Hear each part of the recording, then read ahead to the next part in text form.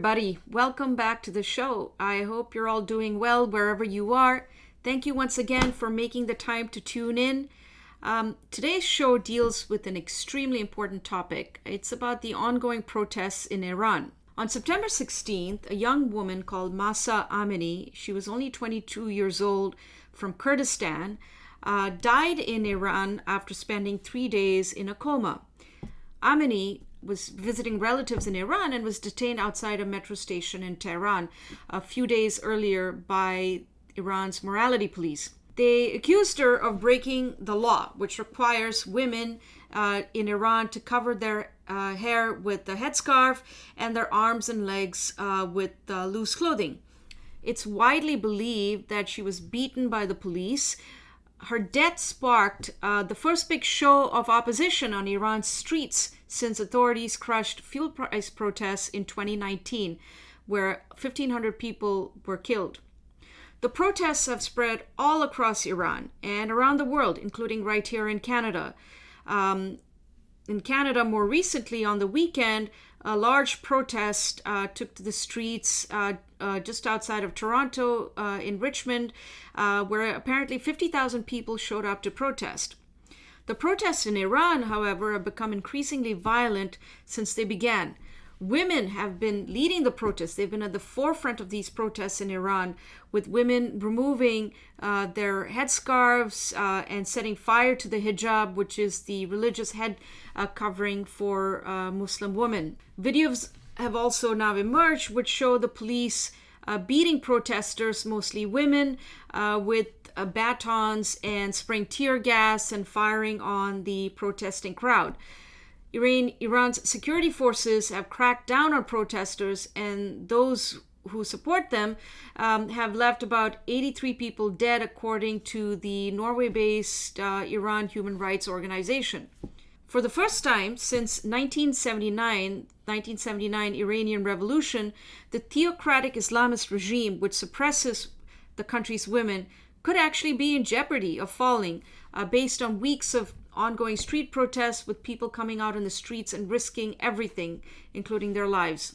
Given the significance of these protests, it's received relatively little coverage in the Western media. For example, the 50,000 people who showed up to protests in Canada, I believe, was not even front page news here in Canada. And you can imagine how difficult it is to get 50,000 people to protest in Canada. It's also been ignored, largely ignored by politicians and by the so-called progressive left, which you would think cares about women's issues and women's rights, but apparently not so in this case. My guest today is noted Iranian-Canadian lawyer and human rights activist Kaveh Shahrooz, who lives in Toronto. He's a well-known critic of the communist regime in Tehran, and it's my great pleasure to welcome him to the show to talk about what is happening in Iran. Everybody, please welcome Kaveh Shahrooz to the show. Kaveh, it's great to have you here. Could you explain to our listeners and our viewers the background to the current crisis in Iran? As I understand it, a young Kurdish woman was arrested by the morality police for a slight deviation from the headscarf rule, and then she died in their custody.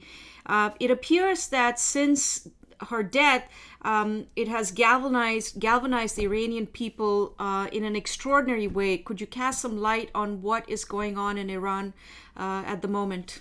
Sure, happy to. And first of all, thank you so much for the invitation. It's really good to be with you.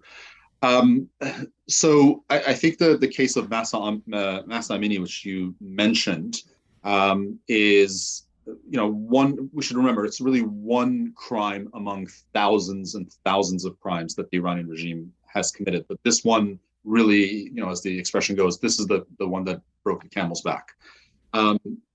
So the facts around that case were, here's a young woman, 22 years old, non-political, has no sort of effort at being, makes no effort at being an opposition figure, nothing of that sort. She's just living her life.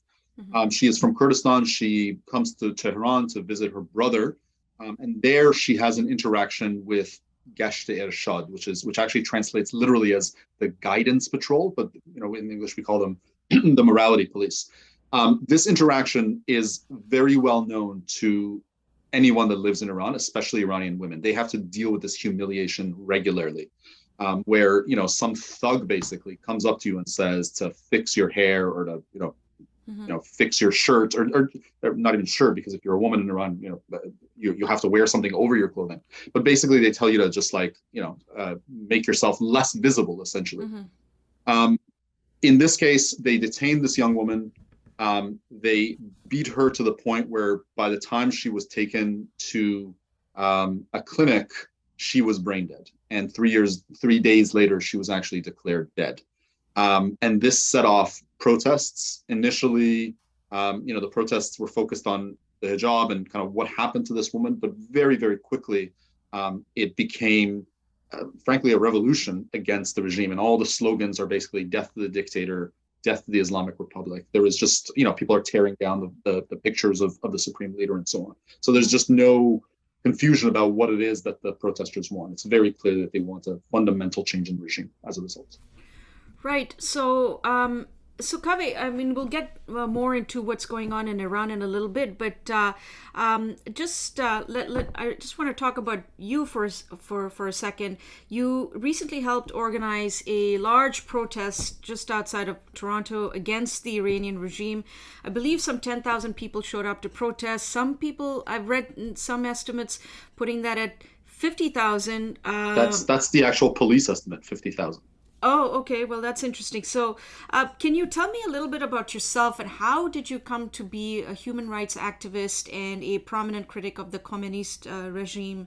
Sure. So I was born in Iran and I lived in Iran until I was 10 years old. And this was right after the revolution. So this was really the reign of terror that I got to see up close and feel. My family, I would not say we were, an incredibly politically active family, but people had been politically active. And several members of my family, as a result, had ended up in Iran's prisons, both before the revolution and after the revolution. The ones, unfortunately, that went into the prison after the revolution didn't really live to tell about it. The closest person to me that suffered that fate was my uncle. He had been arrested at the age of 19, I want to say, possibly 20, right after the revolution for selling newspapers against the government. And he was given a 5-minute trial. He was sentenced then to 10 years in prison. He was brutally tortured. And so I remember as a child, being taken by my grandmother and my mother to visit him. So I sort of, we talk about these horrible prisons in Iran, I've actually seen them up close.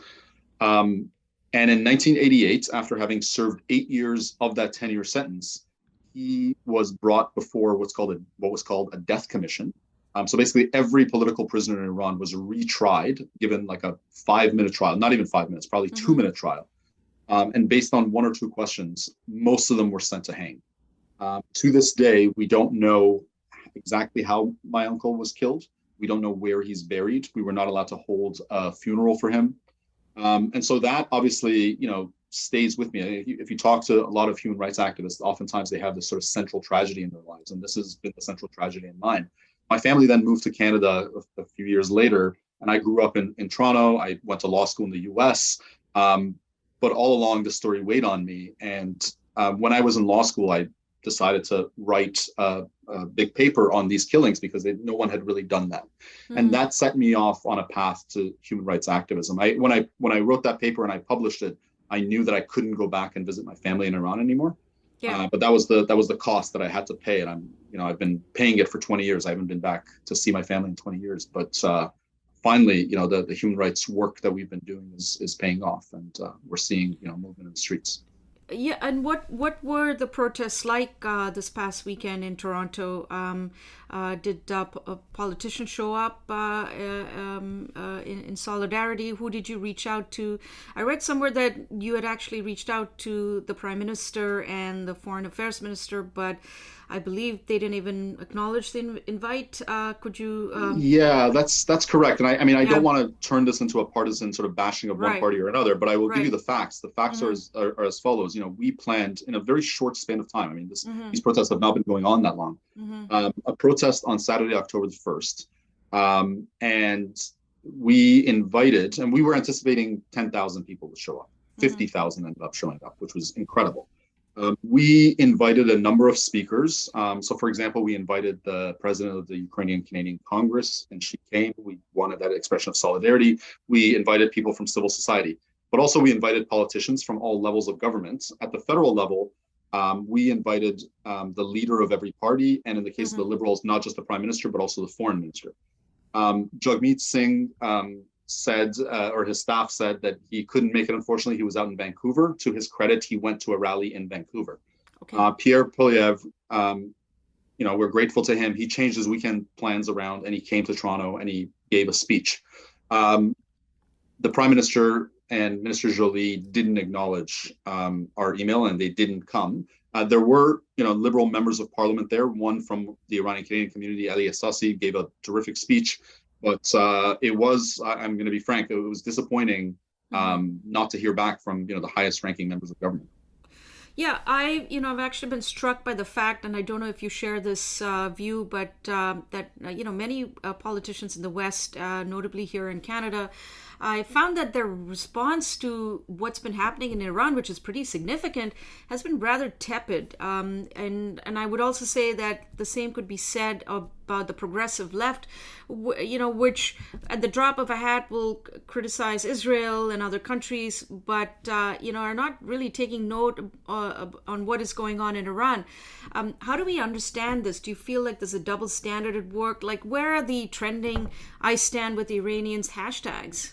Yeah, I've been so busy in terms of planning protests and writing op-eds and so on. I haven't had a ton of time to look at kind of what famous left-wing figures have been saying about this protest. So I can't speak and tell. They haven't really been saying much. Maybe they haven't. I'll take your word for that. Yeah. If they have not, then that's entirely consistent with past practice. And if they have been saying it, then bless them. But that's not what they've done in the past.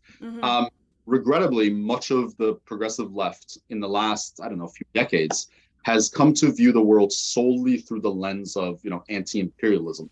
And what that means essentially is that they're willing to hold their fire. I don't want to say they want to ally themselves with, but they certainly will not outwardly criticize regimes that are in conflict with the United States or Israel. And that's why you find these weird coalitions of left-wingers, for example, sometimes even praising the Islamic Republic of Iran or talking about Russia in positive ways.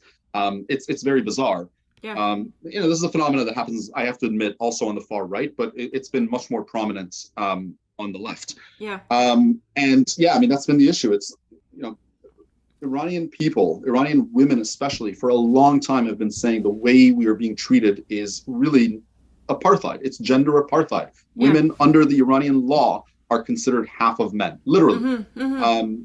They are horrendously treated, subjected to awful violence, the kinds of things that any Western progressive would be horrified by and would never want to, a situation they would never want to actually live under themselves. But when people come, an activist, for example, like Mahsa Amini, who, hopefully your readers know, she's really a prominent Iranian activist who speaks out for women's rights. They accuse her of being an Islamophobe all the time because she's saying, look at what is being done in the name of Islam to women in Iran. That has been the position of the left. Regrettably, this has seeped into a lot of our institutions, our prime minister's office, for example. I suspect, I can't say this for sure, but I suspect a lot of this thinking has clouded their judgment about what sorts of positions they ought to be taking with respect to theocracies like Iran's. Yeah. Well, I feel like our present government, I feel that they haven't really done much to challenge the communist, the regime in Iran. More recently, the Trudeau government issued a boilerplate statement about being gravely concerned about what's going on in Iran, and that the parliament building would be lit up with colors of the Iranian flag. Why do you think that Canada has been so soft on Iran?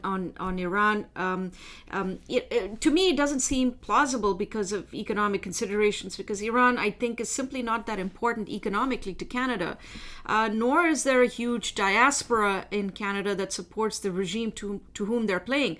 So how do we understand Canada's weak response? Do you actually agree that Canada's response has been weak and tepid? Yeah, so first, I do agree that Canada's response has been weak and tepid, but I want to make sure that we get the facts right. So aside from that statement, which, for the first few days, all the Trudeau government did was issue statements. The last couple of days, they have announced some important sanctions, and we should acknowledge that. against, but the sanctions, in my view, don't go far enough. They don't really meet the demands of the activists. What we want is, for example, the IRGC, the Revolutionary Guards, which are so horrendous. It's such a horrendous institution. We want them listed as a terror organization for a lot of what they've done, including shooting down a plane that had a lot of Canadians on board. Right. But so they haven't done that, but they have taken some steps. So let's give them credit for that. Okay. But overall, I would say their response has been quite tepid, unsatisfactory. What is the reason? Well, I think several things. One, I mean, you say Iran is not important enough economically, but I would say there are probably business interests in Canada that are interested in entering the Iran market. And so they have pushed kind of behind the scenes to make sure that we normalize relations with Iran. Unsuccessfully so far, but I think that's part of it. You are, again, correct. I think, the diaspora community here, as we saw, 50,000 people came out in Richmond Hill. Is very much against the regime. But there are pockets, and this is something that I spend a lot of time writing about on social media, is what I call the Iran lobby. There are people who have, by virtue of family connections, business connections with Iran, ideological beliefs, they want to preserve the Islamic Republic in one form or another. And their numbers have increased in recent years. Part of that is because our immigration system is set up in such a way that wealthier investors get to come in.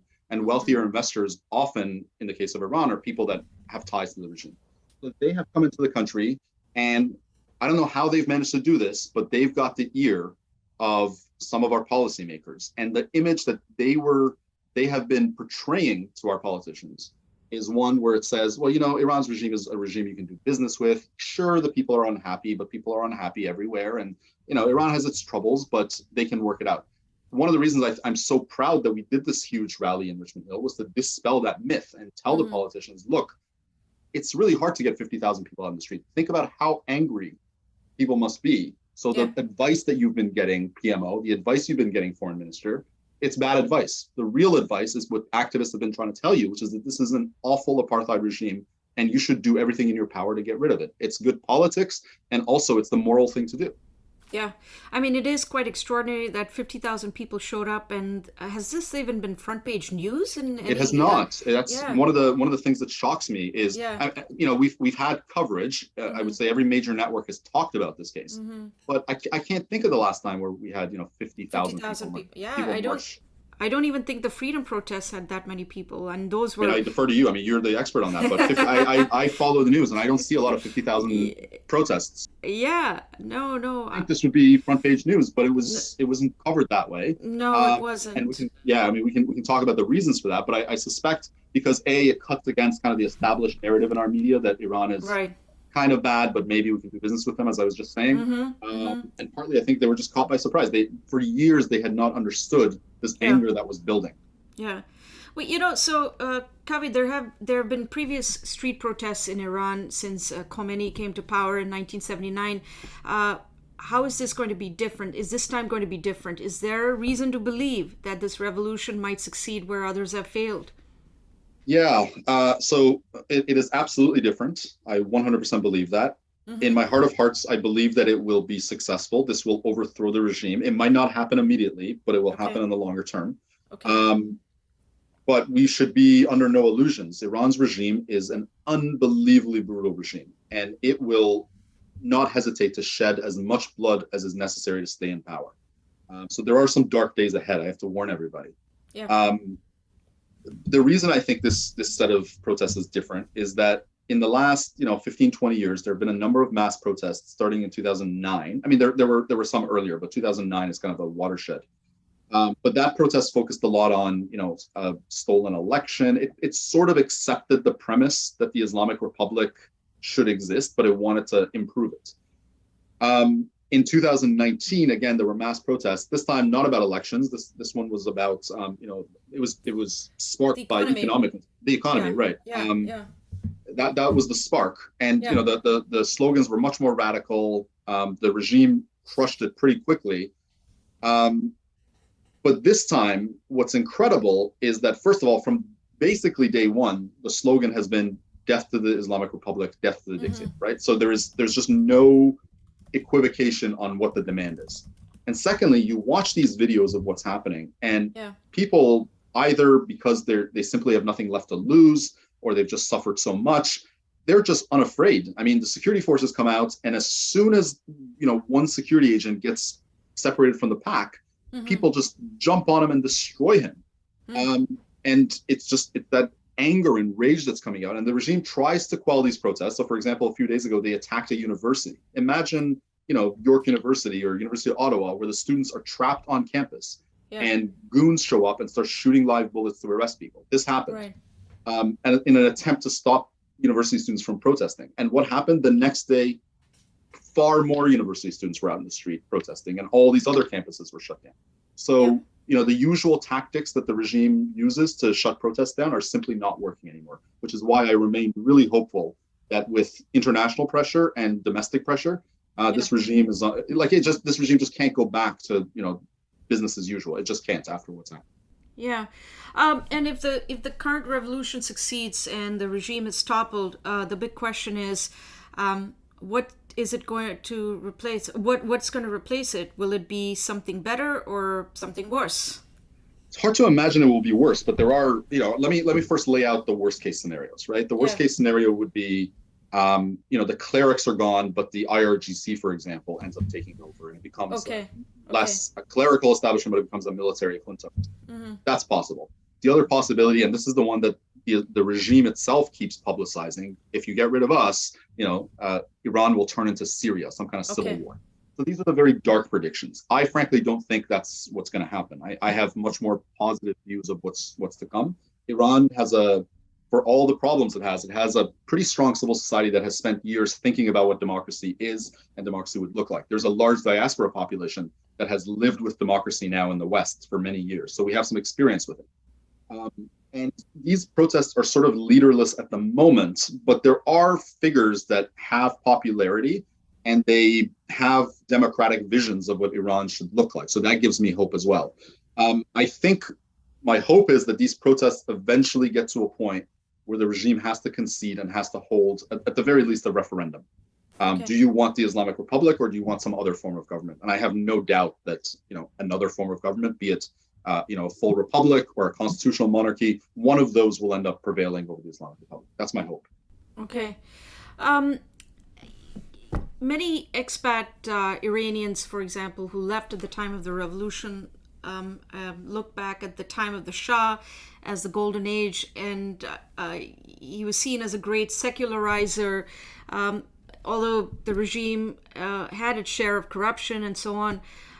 So what could we expect of an Iran post the Khomeini era? Will they turn to liberal democracy, or I think it's a version of the earlier question, but or is it going to be something worse than the present regime?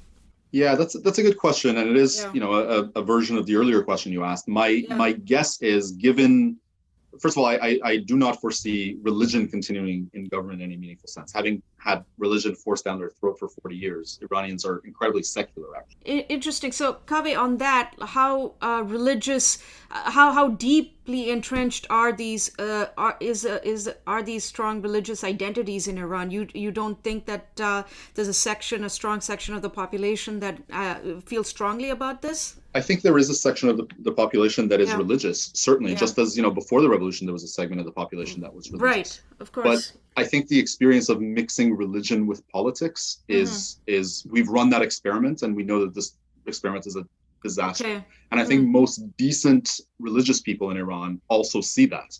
They may want to practice private faith, and that's fine. And I hope that a future democratic government in Iran allows people to be Muslims if they want to be, even outwardly so if they want to be. Yeah. But that should have no role in government. Yeah. There is obviously a segment of the population who views their religiosity through the lens of the regime itself, because they potentially, by virtue of their financial connections or whatever, they want to preserve this form of religiosity. But I think they're a very small segment of the population. Yeah. To go back to your earlier question, I think a future Iran will be liberal and democratic in outlook, precisely for the reasons that I mentioned earlier. We now have spent a lot of time thinking about why the 79 revolution went wrong. We've spent a lot of time thinking about what makes a democracy work. We have a lot of people, millions of people that have lived in the West with an experience with democracy. And we also now have this uprising of women who have had their rights taken away. So I think any future government will have to be responsive to women.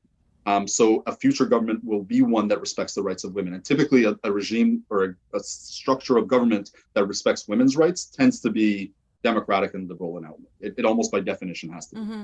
And so I am very hopeful about kind of what's to come. Well, so Kaveh, I mean, on that note, I'm gonna have to leave it there. But I do hope that the protests succeed, and I do hope that we in the West take note of what is happening in Iran and give them all the support that they need. I do take hope that the Soviet Union at one point it seemed unshakable, and it will need to eventually shatter. So eventually to fall. So I hope that there's a similar outcome in Iran, and I really do appreciate your perspective, and thank you for joining me on the show to talk about Iran. Thank you. I really appreciate the invitation. I wrote a piece the other day where I said revolutions sometimes seem impossible until the moment they become inevitable, and I think we've hit that moment now. So thank you for the chance to talk about it. Perfect. Thank you, Kaveh. Thank you so much.